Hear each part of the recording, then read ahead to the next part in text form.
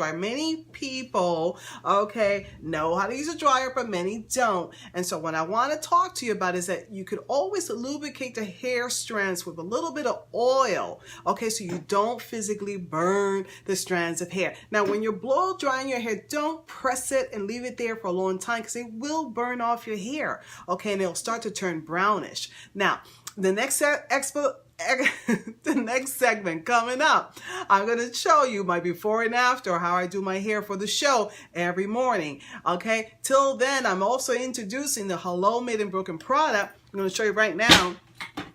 Okay, it's a hair oil. You're going to want to use this product. It's a hair oil. You're going to want to use this product on your hair. Okay, and I showed and demonstrate how I use it. First of all, of course, open your product, apply it to the palm of your hand, just like, roll it on there.